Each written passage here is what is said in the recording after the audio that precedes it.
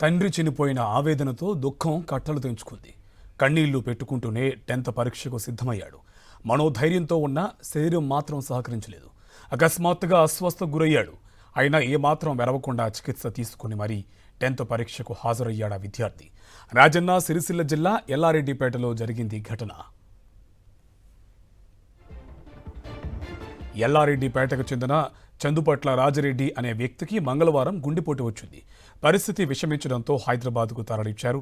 అర్ధరాత్రి 1 గంటకు చికిత్స పొందుతూ రాజిరెడ్డి మృతి చెందాడు. ఓవైపు తండ్రి మృతి, మరోవైపు కుటుంబ సభ్యుల రోదనల మధ్య రాజిరెడ్డి చిన్న కుమారుడు అక్షిత్ రెడ్డి ఈరోజు 10th పరీక్షకు సిద్ధమయ్యాడు. కన్నీళ్లతోనే పరీక్షా కేంద్రానికి వెళ్లేందుకు రెడీ అయిన అక్షిత్ రెడ్డి అకస్మాత్తుగా అస్వస్థతకు గురయ్యాడు. వెంటనే అతన్ని ఆసుపత్రికి తీసుకువెళ్లి చికిత్స చేయించారు కుటుంబ సభ్యులు. వైద్యులను సంప్రదించిన తర్వాత అతన్ని పరీక్షా కేంద్రానికి తీసుకువెళ్లారు. తండ్రి చనిపోయిన బాధను దిగమిందుకుతోనే పరీక్ష రాశాడు అక్షిత్ రెడ్డి.